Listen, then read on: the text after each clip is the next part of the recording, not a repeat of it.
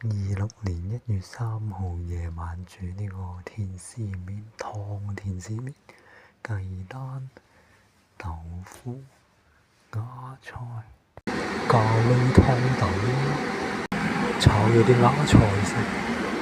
呢個就煮咗10分鐘，跳唔跳先？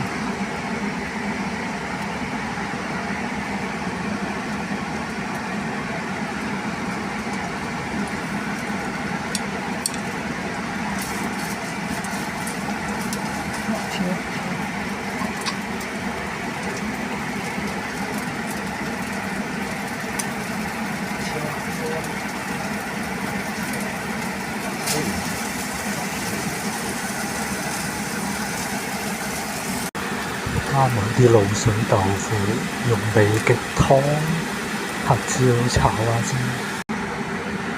其實我直接喺呢度煮天使麵得唔得咧？我加啲水，加埋天使麵落去，加埋個咖喱磚，可以試下。唔夠長，突咗少少出嚟。我照試下喺呢度煮先。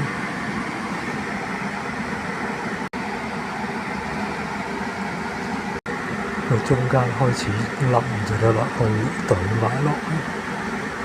等下先，屋企再加翻啲水，等佢煮好先。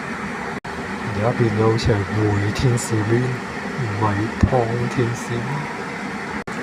再加翻啲水，如果唔係冇晒水，個蛋仲未得，一陣要再煮過。咁樣再煮得唔得㗎？應該得㗎。夠味嘅係唔夠湯，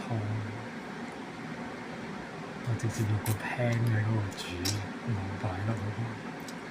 咖喱啊？應該夠啊！擺埋咖喱轉落去蒸。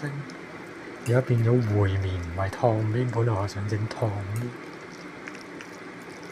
你就試下喺嗰個 pan 嗰度整，都唔夠水。